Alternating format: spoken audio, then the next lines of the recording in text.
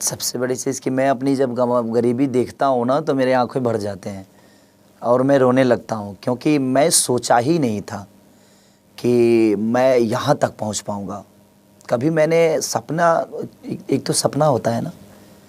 जब मैं पैदा हुआ था तो मेरी माँ मुझे दूसरे के घर में पैदा की और पापा कमाने वाले एक थे और पापा मेरे चना बेचते थे। बारिश में मेरा घर ढह गया था और घर में रहने की संभावना थी ही नहीं, तो बगल के ईंट का घर था, मेरे अपने गांव के थे वो, तो उनके घर में ही मेरा जन्म हुआ था शायद, ऐसी माँ बताती है मेरी।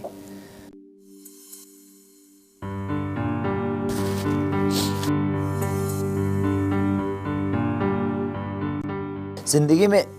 कुछ ऐसी चीज़ें होती है, कुछ पल ऐसी होती है कि मैं अपने पापा का जो मेहनत देखा, जो मेरे पापा, ऐसे बाप हर इंसान को मिले, ऐसी माँ हर इंसान को मिले कि जो अपने बच्चों के लिए इतनी सारे कष्ट उठाकर, हम 3 भाई हैं, अपने सगे 3 भाई हैं, हमारे चाचा के 4 लड़के हैं, 7 भाई, इसलिए मैं 7 भाई बोलता हूँ कि उस गरीबी में माँ ने ही मेरे चाचा के भी 4 लड़कों को पाला और बड़ा किया। और उस स्थिति में एक पैंट होता था जो मेरे बड़े भैया भी पहनते थे, वो खोलते थे तो उसके बाद वाले भैया पहनते थे, वो खोलते थे तो उसके बाद वाले, जब सब लोग पहनकर फाट जाता था और सबसे ज़्यादा वो बैक पे फाटता था और उसके बाद मुझे पहनने को मिलता था, क्योंकि सबसे छोटा था मैं, तो ट्रांसफ़र होता था ऐसे। हम लोग को एक ही कलर का हर आदमी को कपड़ा, शादी वादी होता था ना, किसी घर में बड़े भैया की शादी हुई थी तो एक ही कलर का हम 7 भाई को सिलवाया गया कपड़ा, क्योंकि वो पहले सिलाता था पैंट। और मेरे पापा इतना मेहनत किए कि वो दिन में चना बेचते थे और रात में गार्ड का काम करते थे, कंपनी में कहीं गार्ड की भी नौकरी करते थे, तो सोते नहीं थे पापा। वही आते थे सुबह, तो 6 बजे सुबह आते थे पापा और 6 से लेकर 7, 8, 9 बजे तक सोते थे। फिर मंडी जाते थे, सामान लाते थे, प्याज, सड़ा हुआ प्याज पापा लाते थे, उसको सड़ा हुआ निकाल के जो अंदर का गुद्दा होता था ना, तो उनको फ्री में मिल जाता था, तो फ्री में मिल जाता था, तो सड़ा हुआ ही प्याज मंडी में जो फेंक देते हैं ना, वो उठाते थे पापा और वो लाते थे और सड़ा हुआ सब ऊपर से हटा के अंदर की गुद्दा निकाल कर उसको काटते थे और चना में बनाकर पापा बेचते थे। तो पापा 150-200 कमाते थे। फिर मम्मी मेरी वहाँ साथ रहने लगी, मम्मी साथ रहने, मुझे गांव पे छोड़े, मम्मी ने छोड़ा कि मैं 6 साल का था तब से मैं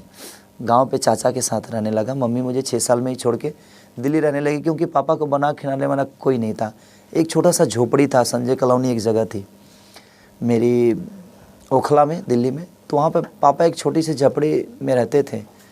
और वो गरीबी जब मैं याद करता हूँ ना, तो मुझे लगता है कि दुनिया में हर बाप